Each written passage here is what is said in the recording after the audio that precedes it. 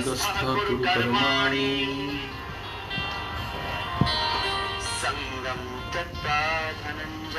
संगम त्यक्त्वा धनंजय सिद्ध असिद्ध्यो समो भूत्वा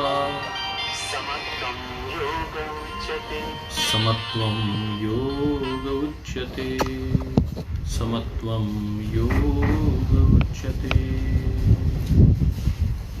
अशुद्धि का क्षय करना और अपनी सब जो धातुएं हैं, जो क्रियाएं हैं, उन्हें सम अवस्था में ले आना, अपने सब इम्बैलेंसेस को बैलेंस करने का नाम योग है।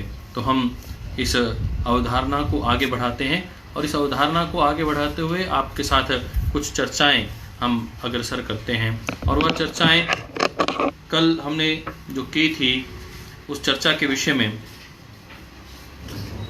कि षटक्रम जो क्रिया है वो मन को ट्रेन करने की क्रियाएं हैं। ऑपोजिट हम कार्य करते हैं, मन की इच्छा के विरुद्ध जो कार्य, जहां मन को इरिटेशन होती है उस इरिटेशन को बार बार करवाया जाता है। मैं कई बार अपने कार्यकर्ताओं में, परिवार के लोगों में भी कुछ कार्य जान के इरिटेशन के लिए बताए जाते हैं ताकि मन उसको कैसे रिएक्ट करता है और उस रिएक्शंस को ख़त्म करना, यह ट्रेनिंग का बड़ा पार्ट होता है। तो हमने उसमें जाना कि नाक में सूत्र नेति डालने से, जल डालने से बड़ा कष्ट होता है, मन बड़ा पीड़ित होता है, उद्वेलित होता है, परंतु मन को ट्रेन किया जाता है कि उसको सहज रूप से करे और स्वीकार कर ले। जब धोती की जाती है तो अंदर पानी ले जाना कितना कष्टकारी है, वस्त्र ले जाना कितना कष्टकारी है, और उसको फिर वापस वो निकलता है नीचे से, जो जल यूरिन बनकर नीचे से निकलता था, स्टूल बनकर नीचे से निकलता था, स्टूल के साथ जल बाहर निकलता था, वो हम वापस मुंह से ही निकाल रहे हैं। हमने गजकर्णी क्रिया की, व्याघ्र क्रिया की, वमन धोती की, सबकी चर्चा की हमने। और कल जब हम चर्चा कर रहे थे तो मैंने कहा था कि आपको मैं एक चार्ट दिखाना चाहता हूँ। ये पुस्तक हठयोग के ऊपर हमारे इस ऋषि परंपरा को आगे बढ़ाने में बिहार स्कूल ऑफ मुंगेर का बड़ा योगदान है। स्वामी मुक्तानंद जी, पूरा मुझे नाम ध्यान नहीं आ रहा, उन्होंने इस पुस्तक को लिखा है। देखिए, षटक्रम के विषय में बहुत स्पष्टता के साथ ये दृष्टिगोचर हो रहा है कि एक इस प्रकार का हम चार्ट बना लें तो बहुत अच्छे से वह प्रस्तुत कर सकते हैं, हम बता सकते हैं। तो ये चार्ट अपने आप में जो 13 प्रकार की धोती है उसके विषय में चर्चा कर रहा है।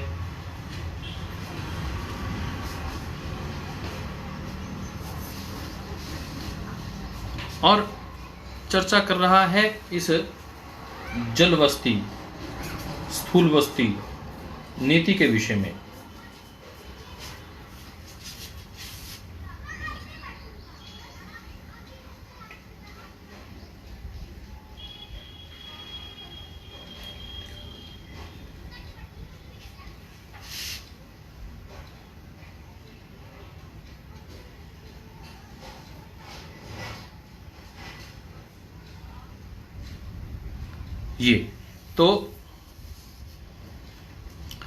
ये प्रक्रिया थी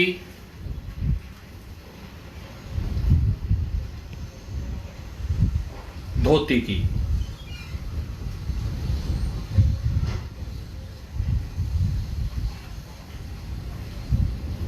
हाँ, तो ये पुस्तक जो स्वामी मुक्ति बोधानंद द्वारा बिहार स्कूल ऑफ योगा मुंगेर के द्वारा लिखी है, उसका भी हम क्योंकि साथ साथ स्वाध्याय कर रहे हैं, मोरारजी देसाई की पुस्तक का भी और उसकी जो मूल पुस्तिका है उसका भी, तो हम तीनों पक्षों को इसको अच्छे से लेने का प्रयास कर रहे हैं। और अब हम बात कर रहे हैं बस्ती की। आज और अधिक चर्चा ना करते हुए, धोती के विषय में कल बहुत विस्तृत चर्चा हो गई थी, और अधिक चर्चा नहीं करते हुए हम बात करते हैं धोती की। और इसमें जो बात आई है सामने, वह इस बात को द्योतक करती है कि इसको उद्यान बंद में किया जाता है और नोली के साथ किया जाता है। देखिए,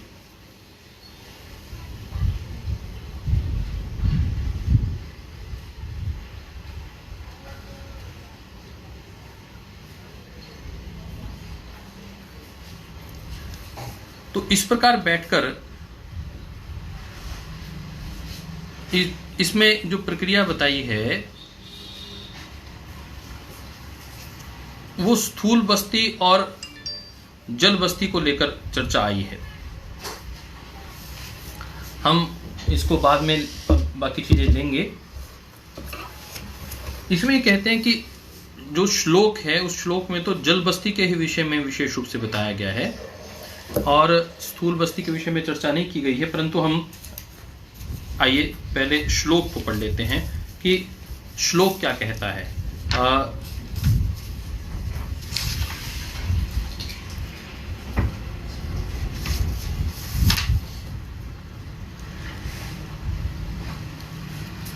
अथ बस्ती नाभिद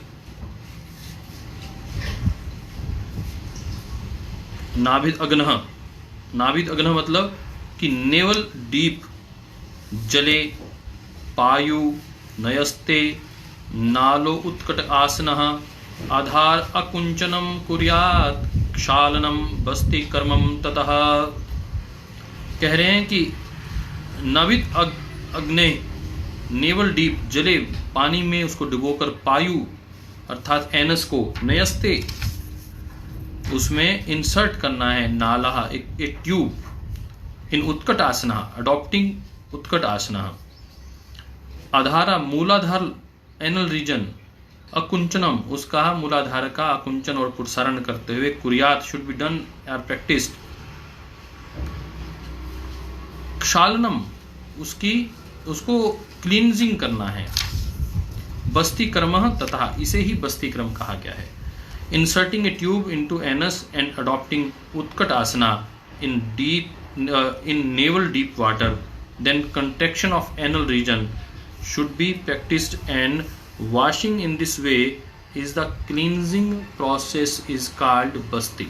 तो यह बहुत स्पष्ट रूप से बस्ती के विषय में जब हम बात कर रहे हैं तो इस बात को बहुत स्पष्ट समझ रहे हैं कि बस्ती क्या है। और बस्ती का को उन्होंने कहा कि नाभि तक अपने को जल एक टब में रखना और उसमें एक ट्यूब डालना और एनस रीजन से ट्यूब डालना और उसमें उत्कट आसन में ट्यूब डालना और उसमें क्षालन का ये जो कर्म है उसे बस्ती कर्म कहते हैं। तो इसके विषय में हम जब बात करते हैं तो इतना ही इसमें डिस्क्राइब्ड है जो हम स्वामी स्वात्माराम जी का देखते हैं। तो परंतु इसमें केवल मात्र जल बस्ती के विषय में बताया गया है। श्लोक में जल बस्ती है पर हम स्थूल बस्ती के विषय में स्थल बस्ती के विषय में बात करेंगे। 0.8 centimetre catheter into the rectum which should be the 13 to 15 centimeter long with bamboo tube should be oiled in उद्यान बंद लगा हुआ होना चाहिए और उससे फिर रेक्टम से आपको एनस से पानी को ऊपर खींचना है, सोखना है और फिर नोली करनी है और फिर उसके माध्यम से वो जो औषधीय जल है उसको जो हम एनस से ऊपर की ओर खींचते हैं उसको फिर नोली करते हैं। उसके बाद एक स्टूल पास होता है लोअर इंटेस्टाइन से, वो शुद्धिकारक होता है। यह विशेष रूप से इसमें बताया गया कि इसमें कैथेटर का प्रयोग करते हैं। विदाउट कैथेटर भी कुछ लोग टब में बैठकर श्वास क्रिया के माध्यम से श्वास अपने ऊपर नियंत्रण करते हुए श्वास को ऊपर खींचते हैं और अंदर ही नोली करके उसको बाहर छोड़ देते हैं। इसके करने के बाद आपको शवासन करना है, भुजंगासन 3 से 5 बार भुजंगासन करना है। और ये बस्ती यूजुअली वर्षा ऋतु में या बहुत भूकंप वगैरह की स्थिति में नहीं किया जाता है क्योंकि ये वात शामक है, बहुत ज़्यादा वात प्रकोपित हो जाएगा। तो जिनको 80% रोग जो हैं वायु के कारक होते हैं और वायु कारक जो 80% रोग हैं उनका समाधान बस्ती है। आप समझ लीजिए कि जिनको हृदय में कंपन है, हाथ में कंपन है, सिर में दर्द है, पेट में दर्द है, कहीं पर भी छाती में दर्द है, आपकी हड्डियों में दर्द है, उसका सबका कारण वायु रोग है। मुझे पिछले दिनों मैं अपने एक साथी के साथ डॉक्टर बसु रेड्डी जी के साथ हम बेंगलोर एक बैठक में जा रहे थे, कोयम्बटूर बैठक से, और वापसी मैसूर बैठक में थे और वहाँ से बेंगलोर आ रहे थे। तो रास्ते में अचानक ब्रेक लगी, मुझे सामने पता चल गया कि सामने कोई व्यक्ति आया है। अब हमारे साथी वो उसको सचेत नहीं थे, उन्होंने अचानक झटका लगा। अचानक सहज रूप से जो कार्य की प्रतिक्रिया होती है, मैंने अपने बाएं हाथ में, मैं उनके दाएं ओर बैठा था, बाएं हाथ से उनको झटका ना लगे और आगे चोट न लग जाए, हाथ आगे कर लिया। सामान्य लगा कि भाई कोई बात नहीं, ठीक ठाक थे। 2 घंटे के बाद हल्की सी पेन शुरू हुई 4 उंगलियों में, बढ़ते बढ़ते वो शाम तक 2 उंगलियों में बहुत ज़्यादा पेन होनी शुरू हो गई, और एक उंगली ऐसी थी जिसका तो मतलब अत्यंत पीड़ा होनी शुरू हो गई, उसका लिगामेंट ही टूट गया ऐसा लगा। तो जब पता किया, एक्सरे किया, सब कुछ किया, तो पता चला कि लिगामेंट ही ब्रोक हुआ है साहब। वो तब जाके 2-2.5 महीने में निरंतर प्राणायाम करने के बाद वो लिगामेंट जुड़ा, और अब पता भी नहीं है कि कहीं दर्द भी है या नहीं, और जब तक था तो अत्यंत पीड़ादायक था। तो ये मैं जो कह रहा हूँ कि योग से रोग मुक्त होता ही व्यक्ति जल्दी ठीक होता है, और केवल मात्र योग के ऊपर अपने को विश्वास करने की आवश्यकता। तो स्थूल बस्ती किसे कहते हैं? स्थूल बस्ती में सर्वांग समासन होता है 90 डिग्री में, और विपरीत करनी मुद्रा होती है 60 डिग्री में, और जो उत्तान पादासन होता है वो 30 डिग्री से लेकर 45 डिग्री के मध्य में होता है। तो हम विपरीत करनी मुद्रा जो 60 डिग्री में पवन मुक्तासन करके, पश्चिमोत्तानासन करके, अश्विनी मुद्रा करके वायु को भीतर खींचते हैं, और फिर ये कठिन होता है, और फिर उसको रेक्टम से छोड़ते हैं।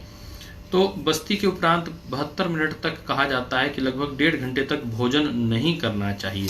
तो यह बस्ती को लेकर कुछ चर्चा थी जो मुझे लगा कि आपके साथ साझा करनी चाहिए।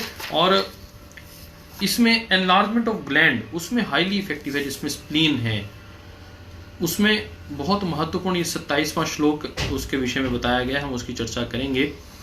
कोई भी तीनों रोगों में जो सबसे अधिक हम देखते हैं कि तीनों रोगों में अत्यंत लाभकारी है, जो तीनों दोषों की यदि व्युत्पत्ति हम मान लें बहुत अधिक एक्सेस हो जाने पर, वात, कफ और पित्त। वात मायने माइंड एक्टिविटी, कफ मायने म्यूकस, और पित्त मायने बाइल एक्टिविटी। वात को माइंड डिपिक्ट किया। मैं अभी पूज्य स्वामी मुक्ति बोधानंद जी की ये पुस्तक पढ़ रहा था, तो उसमें बहुत स्पष्टता से लिखा कि वात मायने माइंड,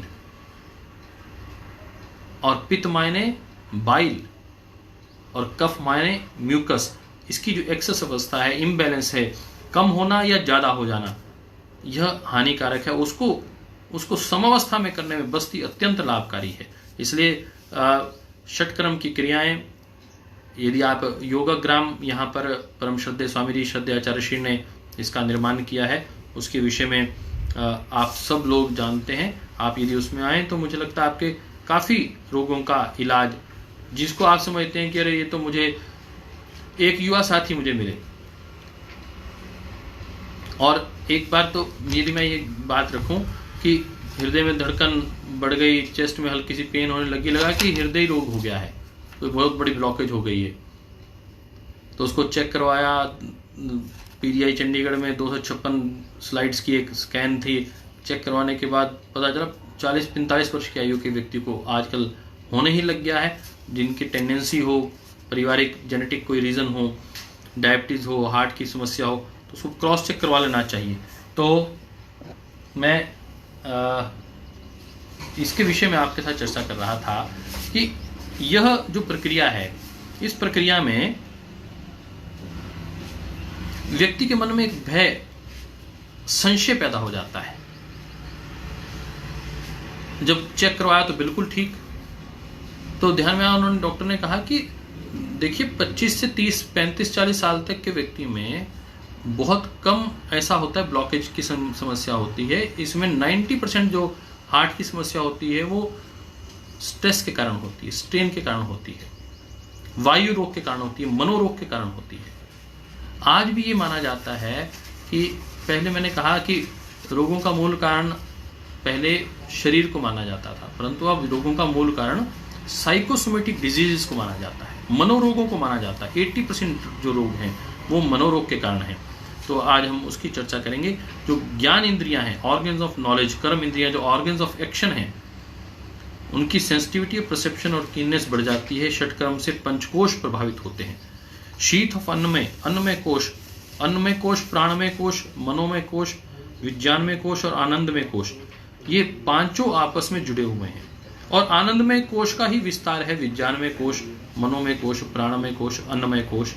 वह जब स्थूल अवस्था में होता है तो हम उसकी जानकारी हमें नहीं हो पाती, उसके प्रति हमारी अलर्टनेस, ये योग निद्रा का सबसे बड़ा प्रभाव है कि हम हमारे आसपास एक ओरा है और हम केवल मात्र अन्न से ही जो हमारा शरीर बना है वो ईश्वर की कृपा से, वह अन्न भी ईश्वर की कृपा से आया है, वो आनंद में सच्चिदानंद रूपी प्रभु के ही कृपा से हम खा रहे हैं प्रसाद के रूप में, और मनों में जो विचार आ रहा है वह ईश्वर ही प्रदत्त कर रहा है, वो संकल्प विकल्प विचार ईश्वर द्वारा ही प्रदत्त हैं। और शीत ऑफ इंट्यूशन, जिसे विज्ञान में कोश कहते हैं, कि व्यक्ति को कुछ इंट्यूशन आनी शुरू हो जाती है कि ये हितकर है या अहितकर है। आनंद में कोश, द शीत ऑफ ब्लिस, इसे आनंद में कोश कहते हैं। तो शीत ऑफ ब्लिस, इसका जो विस्तार है, उनकी शोधन की क्रिया शुरू हो जाती है। द फर्स्ट फ्रॉम कोशाज आर टू एक्सट्रैक्शन, और आनंद में कोश से प्राण में कोश, अन्न में कोश और मनोमय विज्ञान में कोश के बीच में जो ब्रिज का काम करता है उसे प्राणमय कोश कहते हैं। तो आइए हम अपने प्राणमय कोश को स्वच्छ करें, क्योंकि यदि प्राणमय मल शुद्ध हो जाएगा, अन्नमय का मल शुद्ध हो जाएगा। अन्नमय का जब हम मल शुद्ध करेंगे बस्ती और इन षटक्रमों से, तो प्राणमय का मल शुद्ध होगा, और जब ये दोनों का शुद्ध होगा तो निश्चित रूप से आनंद में, विज्ञान में और मनों में, इन तीनों कोशों का भी जो मल है उसका शोधन होगा, और हम फिजिकली, इमोशनली, मेंटली, साइकोलॉजिकली और कॉस्मिकली हम स्वस्थ हो पाएंगे। इस भाव के साथ आज हम 2 श्लोकों का और अध्ययन करते हैं। गुल्म प्लिहोद्रम चापि वात पित्त कफोद्भवः बस्ति कर्म प्रभावेन क्षीयन्ते सकल आमयः। क्या अद्भुत बात कही है।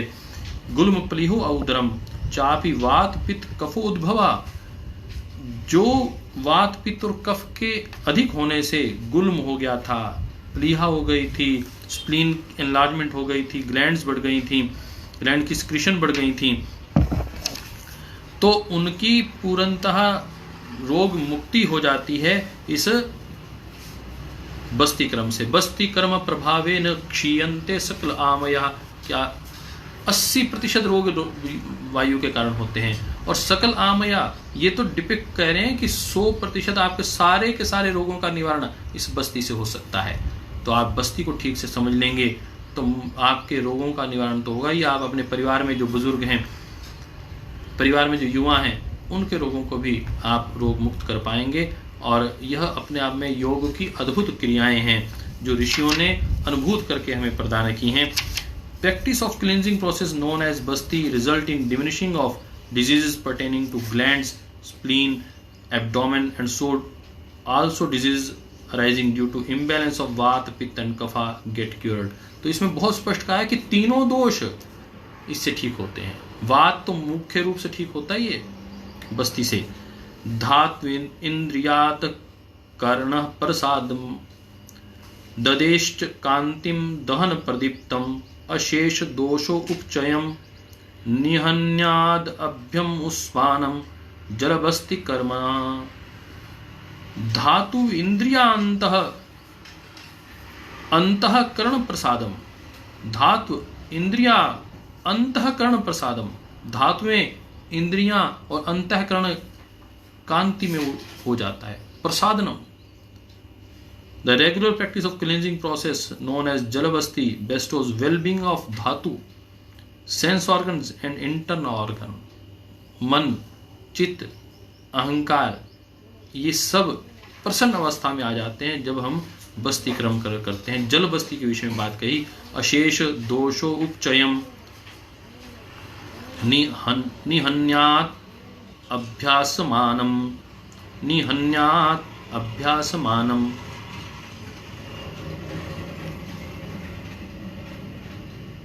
Luster increase in gastric fire and completely destroys the disorders accumulated due to imbalance of humors, the doshas।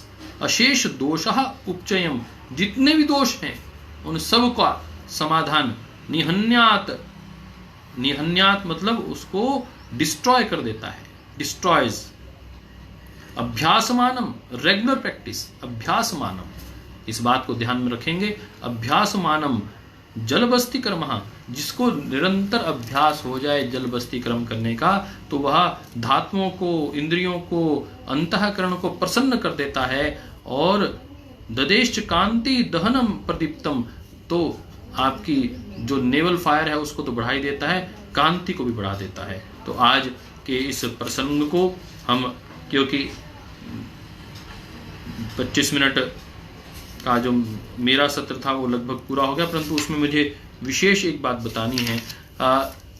बस्ती का मतलब अनीमा नहीं होता है, बस्ती का मतलब बस्ती ही होता है। बस्ती मतलब opposite to the gravitational force, और अनीमा में हम ग्रेविटेशनल फोर्स के साथ ऊपर पानी लगा देते हैं, पाइप लगा देते हैं, और नीचे व्यक्ति को एनस में थोड़ी सी पाइप से डालते हैं, अपना मेडिकेटेड वाटर डालते हैं, और व्यक्ति को शौच हो जाता है, और मल होने के बाद व्यक्ति शुद्ध हो जाता है। यह कॉन्स्टिपेशन में आज भी एलोपैथ में ये प्रैक्टिस की जाती है, परंतु बस्ती थोड़ी सी डिफरेंट है। In enema water is inserted into the colon with the help of gravitational force, whereas the बस्ती water is sucked into stomach against gravitational force। परंतु बस्ती में पानी को ऊपर सोखा जाता है, खींचा जाता है, और अनीमा में ऊपर से ग्रेविटेशनल फोर्स के साथ मेडिकेटेड वाटर अंदर दिया जाता है। तो enema is a passive action of entrance of water into the body of a person, whereas बस्ती is an active process of sucking water by the practitioner। Anima has got no training aspect, and contrary to this, as person goes on practicing basti, he becomes more and more efficient in its practice। Basti is expected to stimulate Mooladhara, Swadhisthana and Manipur chakra। मूलाधार, स्वादिष्ठान और मणिपुर चक्रों का शोधन करने का कार्य बस्ती करती है। क्योंकि यह बहुत महत्वपूर्ण प्रक्रियाएं हैं, इसलिए मैं बहुत सहज रूप से, मुझे पहले मैंने ये सोचा था कि इसको बहुत जल्दी से करवा दूंगा, परंतु मुझे लगा कि ये हमारे सबके जीवन में अत्यंत लाभकारी है। साल में एक बार बस्ती, धोती, नेति, इनका हमें प्रयोग योग ग्राम में आकर सीख लेना चाहिए, और फिर प्रयासपूर्वक नित्य प्रति अपने जीवन में करना चाहिए, और रोग मुक्त रहना चाहिए। आइए अब चलते हैं, कल नेति के विषय में रखेंगे। आज नेति के विषय में क्योंकि समय इजाज़त नहीं देता, हम देख रहे हैं कुछ साथियों ने कहा कि बहुत सुंदर आप कार्य कर रहे हैं, बहुत सुंदर स्वाध्याय हो रहा है। तो आज जैसे हम परम श्रद्धेय स्वामी जी महाराज को सुबह सुन रहे थे, मैंने कल भी कहा था कि परम श्रद्धेय स्वामी जी महाराज को आप सब लोग सुना करें। कल हमने ध्यान के विषय में बात करते हुए इस विषय को रखा था कि श्रद्धेय स्वामी जी महाराज ने अव धातु से ओंकार के विषय में चर्चा रखी थी। तो हम ओंकार के उन शब्दों को, अर्थों को समझें जो लगभग 20 प्रकार के अर्थ, रक्षण, गति, दीप्ति, कांति, प्राप्ति, इस सब के विषय में श्रद्धेय अवगमन तो चर्चा की है। और फिर आज नवधा भक्ति के विषय में बहुत सुंदर चर्चा आई है।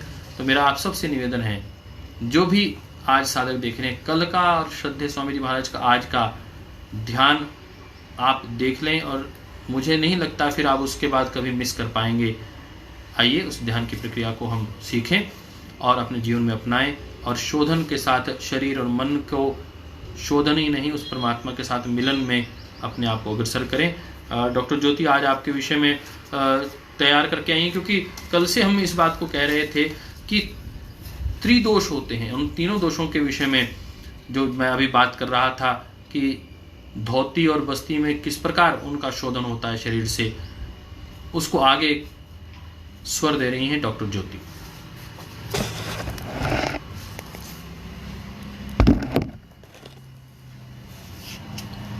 ओम। सभी साधकों को मेरा सादर प्रणाम। कल हमने प्राणायाम के विषय लिए थे कि किस प्राणायाम से शरीर में किस प्रकार लाभ होता है। उसमें एक बोला गया था कि कई बार अनुलोम विलोम करते हैं तो सिर दर्द होने लग जाता है, तो उसका हल ये है कि आप अपनी स्पीड कम करें। अनुलोम विलोम के द्वारा हमें अपने फेफड़ों में पूरी ऑक्सीजन भरनी है, लेकिन स्लो स्पीड से भरनी है। आपकी स्पीड जो समय होगा लेने का, रोकने का और छोड़ने का, वो अधिक होगा। धीरे धीरे उसको करें तो वो लाभ करेगा। कपालभाति तीव्र गति से करने से लाभ करता है, लेकिन बीपी वाले और नहीं करें उसको तीव्र गति से। और अनुलोम विलोम का लाभ लेना चाहते हैं तो आप समय बढ़ाइए उसका, स्लो स्पीड से करेंगे और समय अधिक देंगे, तभी वो लगभग गर्दन के ऊपर के सभी रोगों में अनुलोम विलोम प्राणायाम बहुत अच्छा काम करता है। आंखों के लिए, बच्चों के लिए आंखों के लिए सबसे अच्छा प्राणायाम है अनुलोम विलोम प्राणायाम और आंवला उन्हें खिलाइए।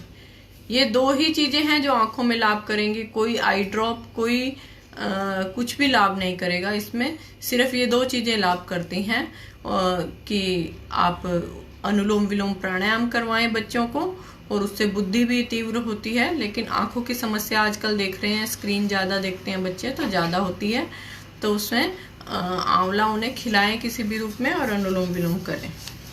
तो आज हम चर्चा कर रहे थे आयुर्वेद में जो हमारे कहा गया है कि दोष धातु मल मूलम ही शरीरम। तो सिर्फ इतनी जानकारी लेंगे कि योग पढ़ने के लिए हमें जितना आयुर्वेद हमें जरूरी है।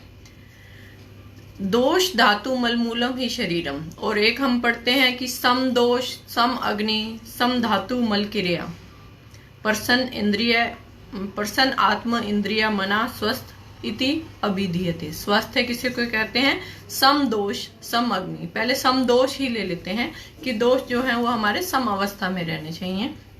तो दोष कौन से हैं?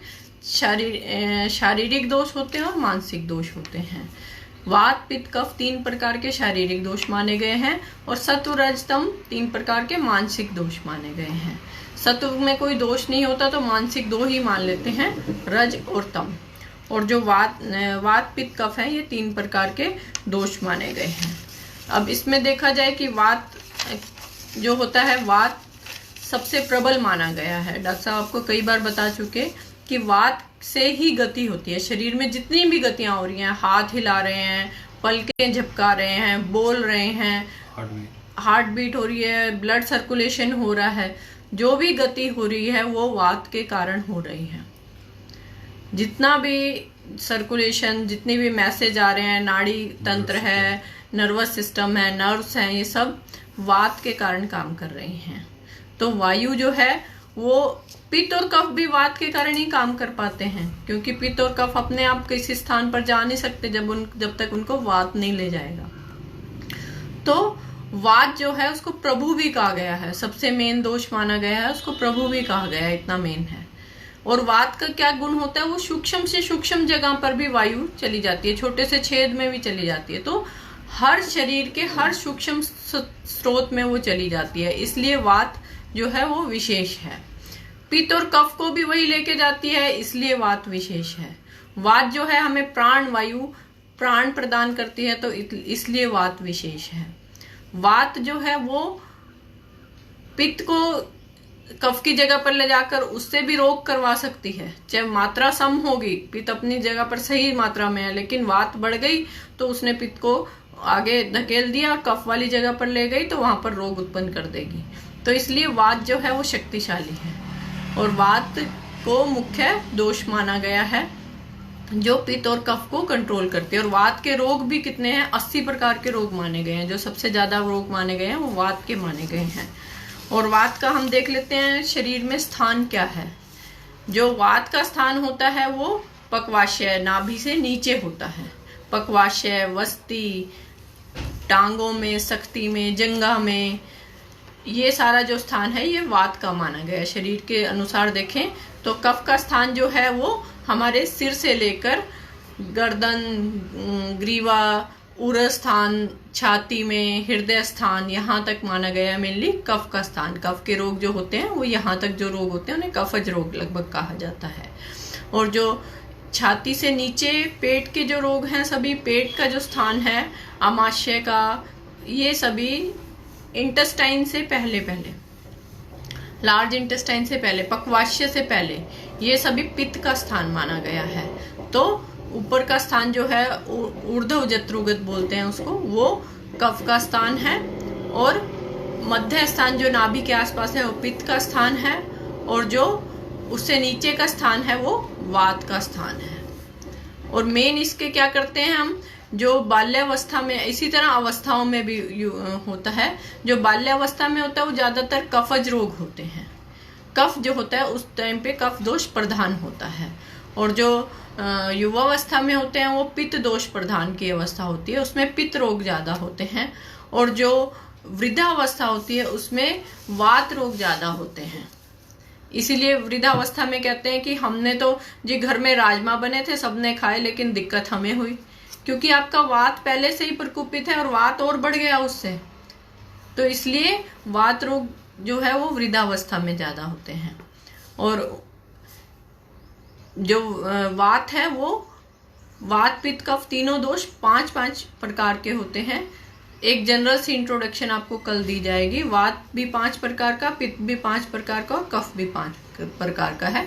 वो होता कहाँ कहाँ है ये आपको कल बताया जाएगा। इसी तरह हम दोष, धातु, मल, इसकी साधारण जानकारी लेंगे, और इसमें आपको कुछ भी और प्रश्न हो आपका तो वो आप भेज सकते हैं। और अब आज समय का पूरा ध्यान रखा गया है और आप भी इसको आगे पहुंचाएंगे। और अब हम चलते हैं सत्र के समापन के लिए, डॉक्टर साहब के पास चलते हैं। आइए, लंबा गहरा श्वास।